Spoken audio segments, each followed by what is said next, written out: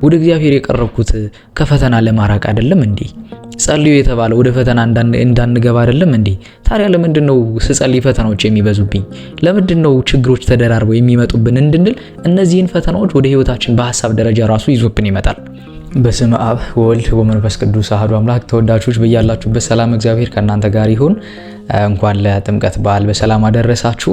ያው ትናንትናና ከትናንት በፊት የጥምቀት በዓል ነበረ። እንኳን በድጋሚ ያደረሳችሁ ለማለት እወዳለሁ።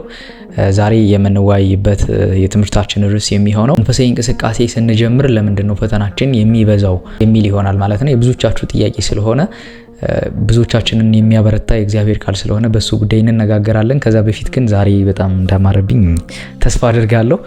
ሰዋስው ዲዛይን ናት እንደዚህ እንዲያምር ያደረገችኝ። አድራሻዋን እሰጣችኋለሁ። የተለያዩ ሀበሻ ቀሚሶችን ትሰራለች። በተለያየ ቦታ ላይ ብትገኙና ብታዟት ታደርስላችኋለች፣ ዴሊቨር ታደርጋለች። ሰዋስው ዲዛይንን አድራሻችሁን ከስራ አስቀምጥላችሁና በሱ በኩል ማግኘት ትችላላችሁ ማለት ነው።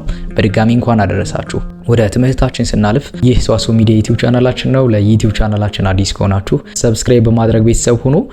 ብዙ መንፈሳዊ ትምህርቶችን የምንማማርበት የዩቲዩብ ቻናላችን ነው። በብዙ ታተርፉበታላችሁ። ከጅማሬ እስከ ፍጻሜ ቅዱስ እግዚአብሔር አምላካችን አብሮን እንዲሆን ቅዱስ ፈቃዱ ይሁንልን። ለኔ የምናገርበትን አንደበት ለእናንተም ደግሞ የምትሰሙበትን እዝነ ልቦና እግዚአብሔር ያድለን። ወደ ትምህርታችን ስናልፍ በመንፈሳዊ እንቅስቃሴ ስንጀምር የመጀመሪያ የሚገጥመን ትንሽ እንደሄድን ሰላማዊ የሆነ ነገር ሊኖረን ይችላልና ከዛ በኋላ የሚመጣብን ግን ፈተናዎች ናቸው። የተደራረቡ ፈተናዎች ይመጣሉ። እንደውም አብዛኛው ሰው እኔ መዝሙረ ዳዊት ከጸለይኩ በኋላ እንደውም ፈተናዬ ይበዛብኝ፣ በጣም ፈተናዬ እየጠነከረ መጣብኝ የሚል ጥያቄዎች ይነሳሉ። እንዲሁም በአጠቃላይ ጸሎት ሳደርግ ፈተና ይመዛል። ጸሎት ሳደርግ የመጀመሪያው ፈተና በጣም በብዙ መንገድ ይመጣብኛል፣ ያለኝን ነገር ሁሉ እስከ ማጣት የደረስኩበት ሁኔታ አለ። እንዲሁም ወደ መንፈሳዊ እንቅስቃሴ ስንጀምር ፈተናዎች በጣም በብዙ ይመጡብናል የሚሉ ጥያቄዎች አሉና ይህ ለምን ይሆናል? ለምንድነው መንፈሳዊ እንቅስቃሴ ስንጀምር ፈተናችን የሚበዛው የሚለውን እንመልከታለን ዛሬ ማለት ነው። የመጀመሪያው መንፈሳዊ እንቅስቃሴ ስንጀምር ከዚህ በፊት እንደዚህ አይነት እንቅስቃሴዎችን ጀምረን ላይሆን ይችላል። መቼም ሰይጣን ገንዘቡ የሆነውን ሁሉ አይፈትንም። ማለትም የማይጾመውን፣ የማይጸልየውን፣ የማይሰግደውን፣ ጸሎት የማያደርገውን፣ ወደ እግዚአብሔር የማይቀርበውን ሁሉ አይፈትነውም። ለምንድነው የማይፈትነው? ኦልሬዲ የሱ ገንዘብ እንደሆነ ያውቃል፣ በእጁ እንዳደረገው ያውቃል። እንግዲህ የጀመረ ሰው ግን ፈተና ይበዛበታል። መንፈሳዊ እንቅስቃሴ የጀመረ ሰው ግን ፈተናዎች ይመጡበታል። ሰይጣን ያንን የሚያደርግበት ትልቁ ምክንያቱ ከእርሱ እንደተለያችሁ፣ እሱ ብቻውን እንዳስቀራችሁት፣ ያለ ገንዘብ ባዶውን እንዳስቀራችሁት ስለሚያውቅ ነው። ስለዚህ በዛ መንፈሳዊ እንቅስቃሴ ውስጥ ስንሆን ሰይጣን አብዝቶ ፈተናዎችን ወደኛ ይዞብን ይመጣል። ለምን እሱን ያደርጋል?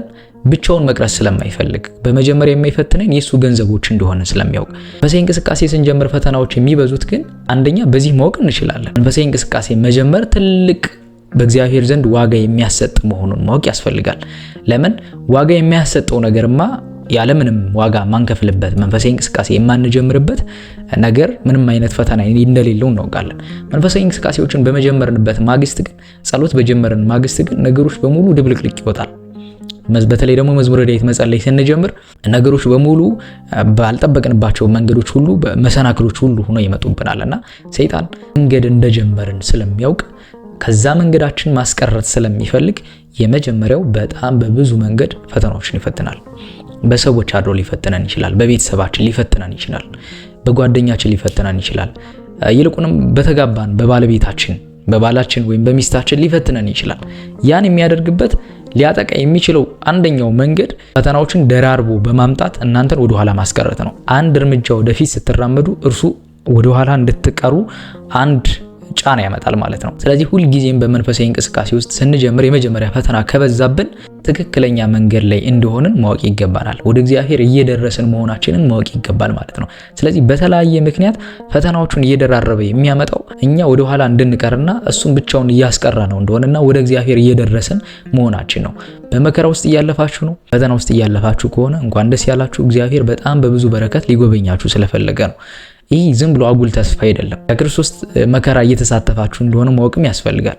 ክርስቲያን ሁል ጊዜ በፈተና ውስጥ ያልፋል፣ ግን ሁል ጊዜም በፈተና ውስጥ ደግሞ አይኖርም። ፈተናው ካለፈ በኋላ ደግሞ የሚመጣ ትልቅ በረከት ነው።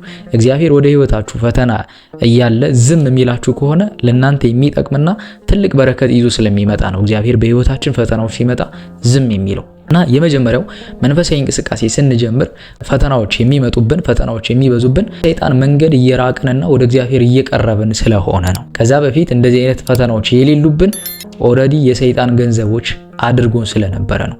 ወደ እግዚአብሔር ስንደርስ የእግዚአብሔር ገንዘቦች ለመሆን ስንታገል ግን ሰይጣን ጠላት በብዙ መንገድ እኛን ይፈትነናል። በቤተሰባችን በተለያየ ምክንያት ሊፈትነን ይችላል። በምናውቀው ሰው በራሳችን በሐሳብም ሊፈትነን ይችላል።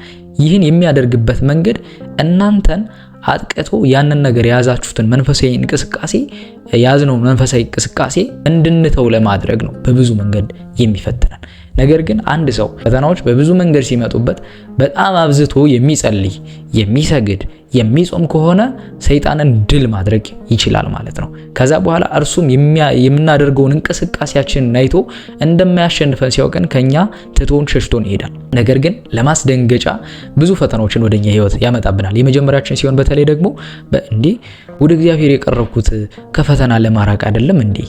ጸልዩ የተባለው ወደ ፈተና እንዳንገባ አይደለም እንዴ?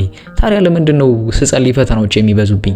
ለምንድነው ችግሮች ተደራርበው የሚመጡብን እንድንል እነዚህን ፈተናዎች ወደ ህይወታችን በሐሳብ ደረጃ ራሱ ይዞብን ይመጣል። ያኔ በቃ ብተው ይሻላል እንዲህ ብለን ትተነው የእርሱ ገንዘብ እንድንሆን ስለሚፈልግ በጣም በብዙ መንገድ እኛን ይፈትነናል ማለት ነው። ያለን እንቅስቃሴ ለጸሎት ስንቆም እንኳን ራሱ እንዲደክመን ድካም ስሜት እንዲሰማን ምንም ተስፋ የሌለው ነገር ጩኸት እንደሆነ እንዲሰማን ያደርጋል። ያን የሚያደርግበት ትልቁ ምክንያት የሱ ድል መንሻ ስለሆነ ያን ጦራችንን ከኛ ለማራቅ ነው። ስለዚህ ጦራችንን ከሰበረ በኋላ እኛን በሐሳብ ካሸነፈን በኋላ ድል ለማድረግ በጣም ይቀሏል። አንድ ሰው መንፈሳዊ እንቅስቃሴ ጀምሮ ፈተና ከበዛበት የበለጠ ነው መጨመር ያለበት እንጂ መሸነፍ የለበትም። ጸሎቱን ካቆመ መንፈሳዊ እንቅስቃሴውን ካተወማ በቃ ድል ተነሳ፣ በሰይጣን ተሸነፈ ማለት ነው። ስለዚህ የመጀመሪያው ጸሎት ጊዜ በመንፈሳዊ እንቅስቃሴያችን በመንፈሳዊ ተጋድሏችን ጊዜ ፈተናዎች የሚበዙብን ሰይጣን እኛን ድል ለማድረግ ስለሚፈልግ ወደፊት አንድ ደረጃ ስለቀደም ነው እኛን ወደ ኋላ ማስቀረት ስለሚፈልግ በብዙ መንገድ ስለሚፈትን ነው ፈተናዎች የሚመጣው። ቅዱስ ያዕቆብ እንዳለው እግዚአብሔር ማንንም አይፈትንም፣ እንደውም እርሱ ማንንም አይፈትንም ይላል። እግዚአብሔር በመከራ በክፉ ማንንም አይፈትንም ይላል ቅዱስ ያዕቆብ ምዕራፍ 1 ላይ፣ ያዕቆብ መልእክት ምዕራፍ 1 ላይ እርሱ እንደውም ማንንም አይፈትንም ይላል። ነገር ግን ጥንተ ጠላት ከሆነው ከሰይጣን ግን እኛ አንድ ደረጃ ወደፊት ወደ እግዚአብሔር ስለቀረብን እኛን ወደ ኋላ ለማስቀረት ይፈትነናል። እንደውም ቅዱስ ዮሐንስ አፈወርቅ ምን ይላል?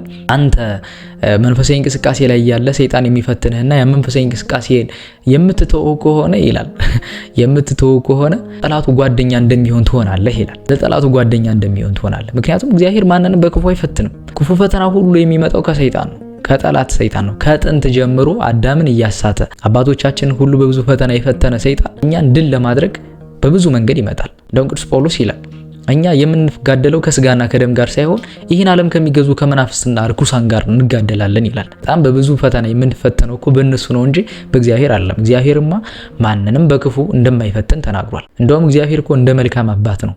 እኛ ክርስቲያኖች እኮ የተለየ ጥበቃ ጸሎት ስላደረግን መንፈሳዊ እንቅስቃሴ ስላለን ወደ እግዚአብሔር ስለቀረብን የተለየ ጥበቃ ይደረግልናል ብላችሁ እንዳታስቡ። እግዚአብሔር ለሁሉም እኩል እንደ አባትነቱ ነው ጥበቃ የሚያደርገው። አመነውም አላመነውም እግዚአብሔር ለሁሉም እኩል ጥበቃ ያደርጋል። ይህ ኢአማኒ ነው፣ ይሄ ያምነኛል ክርስቲያን ነው ብሎ እግዚአብሔር የተለየ ጥበቃ ለኛ አያደርግልንም። ነገር ግን ሰይጣን ደግሞ ሰዎችን ከሚፈትንበት አንደኛው ነገር በዓለም ውስጥ የሚኖሩ እሱን የማያምኑ ሰዎች በተድላ ደስታ ውስጥ እንደሚኖሩ አድርጎ ያሳየናል። እነሱ የተሻለ ህይወት እንዳላቸው አድርጎ የሚበላ የሚጠጣ በብልጭልጭ ነገር ውስጥ እንዳሉ አድርጎ ሁሉ ነገር እንደተሳካላቸው አድርጎ እኛን ያሳየናል። ነገር ግን በእውነት ነው የምላችሁ ከእግዚአብሔር ርቆ እንደሚኖር ውስጣዊ ሰላም የሌለው ሰው የለም። እናንተ በእግዚአብሔር ጋር ሆናችሁ በዚህ ፈተና ውስጥ እያለፍን በመከራ ውስጥ እያለፍን የምናሳልፈው ከእግዚአብሔር ጋር የምናሳልፈው በጣም ትልቅ በረከት ይዞልን ይመጣል። ግን ሆነ ብሎ ሰዎች በአማኒም ይሁኑ ኢአማኒም ይሁኑ በዓለም ውስጥ የሚኖሩም ሁሉ ተላ ደስታ ውስጥ እንዳሉ የተሻለ ነገር እንዳላቸው እኛ ግን ባዶ እንደሆነን አድርጎ እንደዛ እንዲመስለን ያደርጋል። ግን በጣም ትልቁ ስህተት እኛ ያለንን ደስታ ማንም ሰው ሊኖረው አይችልም። ወደ እግዚአብሔር ቀርበን በፈተና ውስጥ እያለፋችሁ ከሆነ እናንተ በጣም ትልቅ ደስታ ያላችሁ ወደፊትም ደግሞ ትልቅ በረከት የሚጠብቃችሁ ናችሁ። እንደ ኢዮብ እኮ የተፈተነ የለም። ኢዮብ አባታችን ብንመለከት እንደርሱ በብዙ ፈተና ያለፈ ውስጥ የለም። እግዚአብሔር ደግሞ በብዙ በረከት የጎበኘው እንደርሱ የለም። ስለዚህ ፈተና ውስጥ ናችሁ፣ መከራ ውስጥ ናችሁ፣ እንኳን ደስ ያላችሁ። ከክርስቶስ መከራ እየተሳተፋችሁና በበረከት እየተጎበኛችሁ ነው። ይህ የተስፋ ቃል እንጂ የሽንገላ ቃል እንዳልሆነ እንድታውቁ ፈልጋለሁ። እና መንፈሳዊ እንቅስቃሴ ስንጀምር ወደ ኋላ እንድንቀር ስለሚፈልግ በብዙ መንገድ እኛን ሰይጣን ይፈትነናል። እግዚአብሔር ሰዎችን አይፈትንም። የሚፈትን ሰይጣን እንጂ እግዚአብሔር አይደለም። ስለዚህ በብዙ በረከት ልትጎበኙ ነው። በመከራ በፈተና ውስጥ እያለፋችሁ ከሆነ መከራችሁን ታግሳችሁ እግዚአብሔር የሚሰጣችሁን ያን በረከት ታገሱ። እንደውም እኮ ይላል አይደለ? አትፍራ፣ በመንገድ ሁሉ እኔ ካንተ ጋር ነኝ እኮ ይላል። እግዚአብሔር እኮ እንደማይፈትን በብዙ መከራ ውስጥ በፈተናችን ውስጥ ሁሉ አትፍሩ፣ እኔ ከናንተ ጋር ነኝ እያለ እኮ ነው። በዓለም ሳላችሁ መከራ አለባችሁ ይልና እንደውም ይላል ራሳችን ጸጉር እንኳን የተቆጠረች እንደሆነች ይነግረናል እግዚአብሔር። ግን በፈተና ውስጥ ስናልፍ እግዚአብሔር እንደሌለ እኛን ብቻችን እንደቆምን እንዲሁም ደግሞ ማንም ተስፋ እንደሌለን አድርጎ ሰይጣን ያሳየናል። እግዚአብሔር ደግሞ በዚህ ሰዓት ዝም ይላል። ለምን ዝም ይላል? ያ ነገር እኛ በረከት እንደምናገኝበት ስለሚያውቅ። አንደኛ መከራኮ እንደውም አባ ጴሜን የተባለ አባት ምን ይላል? ሕፃን ልጅ ያለ ወተት አያድግም ይላል። ክርስቲያንም ያለ መከራ አያድግም ይላል። እድገታችን በመከራ ላይ የተመሰረተ ነው። እንዴ መከራ ሲደራረብብን እኮ መከራ ያስተማረንን እኮ ማንም ሊያስተምረን አይችልም። በቃል እግዚአብሔር እንደውም ክርስቲያኖች ከሚማሩበት ቃል እግዚአብሔር ይልቅ መከራ ያስተማራቸው ቃል እግዚአብሔር መከራ ያስተማራቸው ህይወት ትልቅ መንፈሳዊ ህይወት ይሰጣቸዋል። እኛ እኮ ጥጋባችንም እኮ ከእግዚአብሔር ያረቀናል። ያ መከራ ወደ ህይወታችን ሲመጣ እግዚአብሔር ዝም የሚልበት ምክንያት እኛ እንደምንጠነክርበት ስለሚያውቅ ነው። ሰይጣን ሰዎችን ከሚፈትንበት አንደኛው ፈተና ደግሞ የሐሳብ ውጊያ ነው። ሰዎችን ከሚያጠቃበት አንደኛው ነገር የሐሳብ ውጊያ ነው። ሐሳብ ውጊያው በጣም በተለያየ ምክንያት ሰዎችን በሐሳብ ሊዋጋ ይችላል። የመጀመሪያው በዝሙት ሊሆን ይችላል፣ በገንዘብ እጦት፣ በመቸገር እንዲሁም ደግሞ አንድን ሐሳብ አብዝቶ በማሰላሰል በጣም በጭንቀት ውስጥ እንደሆነ ማንም እንደሌለን በማስመሰል ሰዎችን በሐሳብ ይዋጋቸዋል። አባቶቻችን መነኮሳት እና አባ አንጦስ እና አባ መቃርስን ብንመለከት እነ ቅዱስ ዮሐንስ ሐጺርን ብንመለከት በእንደዚህ የሐሳብ ፈተና ውስጥ ያለፉ አባቶቻችን ናቸው።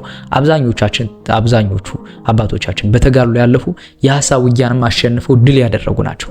ሐሳብ ውጊያ ሲገጥማችሁ ማድረግ ያለባችሁ ምንድነው? ሐሳብን ማሸነፍ የሚቻለው በሐሳብ ነው። ስለዚህ አንድ ሰው ለምሳሌ የዝሙት ፈተና በሐሳቡ እየተመላለሰ ውጥር ቢያደርገው ዝሙቱን በሐሳብ ለማሸነፍ አይችልም። ለምሳሌ በማንበብ ልናሸንፍ እንችላለን። ቅዱስ ቃሉን በማንበብ ልናሸንፍ እንችላለን። ግን ለብ የሆነ ንባብ ያንን ሐሳብ ከኛ ሊያወጣልን አይችልም። ጥልቅ የሆነ ንባብ ውስጥ ስንገባ ድረስ ማንበብ መቻል አለብን፣ ሐሳብን ለማሸነፍ ማለት ነው። በማንበብ በጸሎት በስግደት ሐሳባችን ልናሸንፈው እንችላለን። ሐሳብን ደግሞ በሐሳብ ልንተካው እንችላለን። ለምሳሌ እንዳልኳችሁ አንድ ሰው የዝሙት ሐሳብ ቢመጣበት ይህ የዝሙት ሐሳብ ለማሸነፍ ብቻውን መቀመጥ የለበትም። ከሰዎች ጋር መሆን መቻል አለበት። አንደኛ። ሁለተኛ ሰዎች እንኳን የሚያጣ ማንበብ አለበት። ማንበቡ ደግሞ ጥልቅ የሆነ ንባብ መሆን መቻል አለበት። ያ እንኳን ቢያስቸግረው አንድ በጣም ትልቅ ድል የሚነሳበት ግን ኃይል አለው። መስገድ። በሚሰግድበት ሰዓት ሰይጣን ራሱ ከእርሱ እየሸሸ ነው የሚሄደው። ያን ሐሳብ ሊያጠፋው የሚችለው የዝሙትን ሐሳብ ሊያጠፋለት የሚችለው መስገድ ነው።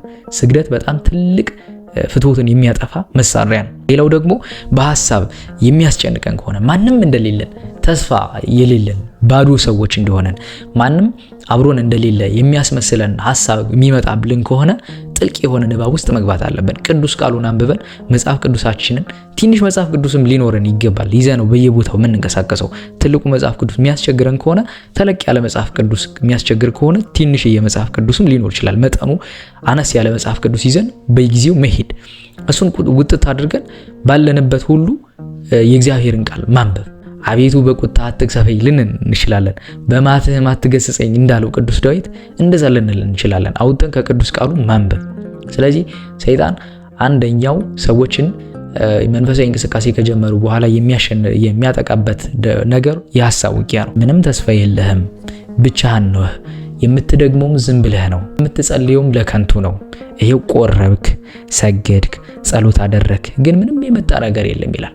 እርሱ የማይታየውን ነገር በነገራችሁ ላይ ሰይጣን እኛ መከራ የሚያመጣብን የሚፈትነን እኛን ድል ለማድረግ ነው። ግን ያ መከራ ያ ፈተና እኛን ከእግዚአብሔር ዘንድ ትልቅ በረከት እንደሚያሰጠን ቢያውቅ አይፈትነንም ነበረ። ክርስቶስንም እኮ ወደ መስቀል ያደረሰው ለመግደል አስቦ ነበረ ሰይጣን። በብዙ የፈተነው እንዲሰቀል በብዙ አይሁዳውያን ያስነሳው እኮ ክርስቶስን በመስቀል ላይ እንዲውል ለማድረግ ብዙ የሞከረው እኮ ድል አደርገዋለሁ ብሎ ነው። እሱ እንደሚሸነፍበት ቢያውቅ እኮ ክርስቶስን እሱ ይፈትነው ነበር። እናንተ እኛ የምንፈተነው በብዙ መንገድ መከራ እያለፍን ሰይጣን ብዙ መከራዎችን እያመጣብን እያለፍን ከሆነ እግዚአብሔር በረከት ሊሰጠን ስላለው ነው። ዝም የሚለንም እግዚአብሔር ትልቅ በረከት ከመከራው እንድንሳተፍም ስለፈለገ ነው።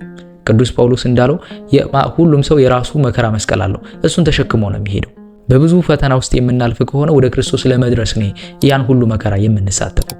ያችን ደግሞ በህይወት ዘመናችን አንድ ሰው በህይወት ዘመኑ ሁሉ ከዛች ከክርስቶስ መከራ ይሳተፋል፣ የራሱን መከራ መስቀል ይሸከማል። ያ ደግሞ ከክርስቶስ መከራ እንድንሳተፍና እግዚአብሔር ዘንድ ትልቅ በረከት ስለሚያሰጠን ነው እግዚአብሔር በዛ ሰዓት ዝም የሚለን። ስለዚህ በሐሳብ ሲዋጋችሁ በሐሳብ ነው ማሸነፍ ያለባችሁ፣ በማንበብ ቅዱስ ቃሉን አብዝታችሁ ጥልቅ የሆነ ንባብ ውስጥ በመምጣት እንዲሁም ደግሞ ኮምፕሊኬትድ የሆነ ሐሳብ ሲመጣባችሁ ሐሳቡን በሐሳብ በሌላ ሐሳብ በመተካት ያን ክፉ ሐሳብ ትተን ወደ ሌላ ሐሳብ ቀይረን ያንን ሐሳብ በጥልቅ ማሰብ መቻል። ሁሉም ግን ድል የሚነሳው መጸለይና መስገድ ነው። በዛ ሰዓት ተነስታችሁ እንደ መጸለይና እንደ መስገድ ድል ልታረጉበት የምትችሉት ነገር የለም። በተለይ ደግሞ መንፈሳዊ እንቅስቃሴ እየጀመራችሁ ከሆነ ይህ ፈተና እየመጣባችሁ ከሆነ ሳትሰንፉ እንደውም የበለጠ የምትጨምሩበት መንፈሳዊ እንቅስቃሴያችሁን የበለጠ የምታዳብሩበት ጊዜ አሁን ነው። መከራው ሲመጣ የበለጠ እየጠነከራችሁ ነው መሄድ ያለብን እንጂ ፈተና ሲመጣብን የምንተው ከሆነማ ጦር መሳሪያችን እንደተማረከ እንዳንድ ወታደር ነው የምንሆነው። በዛ ጦር መሳሪያችን ድል እንከነሳለን ማለት ነው። ለሰይጣን እንደሚተባበር እንሆናለን ማለት ነው።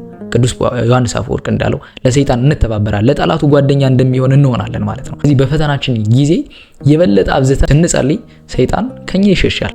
ድል እንደማያደርገን ሲያውቅ የበለጠ እየጠነከርን እየሄድን እንደሆነ ሲያውቅ ከኛ ሸሽቶ ጥሎን ይሄዳል ማለት። ስለዚህ ፈተና ሲገጥማችሁ የመጀመሪያው ነገር የበለጠ መጠንከር እንጂ መስረፍ እንደሌለባችሁ ለማሳሰብ ነው ዛሬ በዚህ ቪዲዮ የመጣሁት። እግዚአብሔር አምላካችን ያለንብን ፈተና ያቀልልን፣ ለበረከት ያደርግልን። ከሁላችንም ጋር እግዚአብሔር ሁል ጊዜ አለ። በማንኛውም ጊዜ ውስጥ ይህንን አስቡ። እግዚአብሔር ሳይፈቅድ የጸጉራችን አንዷን ጸጉራችንን እንኳን መንቀል የሚቻለው ማንም እንደሌለ ማስተዋል ያስፈልጋል። በመከራችን ሰዓት እግዚአብሔር አብዝቶ እንደውም ከኛ ጋር እንደሆነ ልናስብ ያስፈልጋልና እግዚአብሔር አምላካችን ከሁላችን ጋር ይሁን። አቤቱ ቅዱስ እግዚአብሔር አምላካችን በአንድ ልጅህ በጌታችን በአምላካችን በመድኃኒታችን በኢየሱስ ክርስቶስ በእርሱ ያለ ጽን ክብር ላንተ ይገባል። ከእርሱም ጋራ ከመንፈስ ቅዱስም ጋራ ትክክል የሚሆን ዛሬም ዘወትርም ለዘላለሙ አሜን። በያላችሁበት ሰላም እግዚአብሔር ከእናንተ ጋር ይሁን። ይሄንን ቪዲዮ ለወገኖቻችን ሼር እናድርግ። ይቆየን።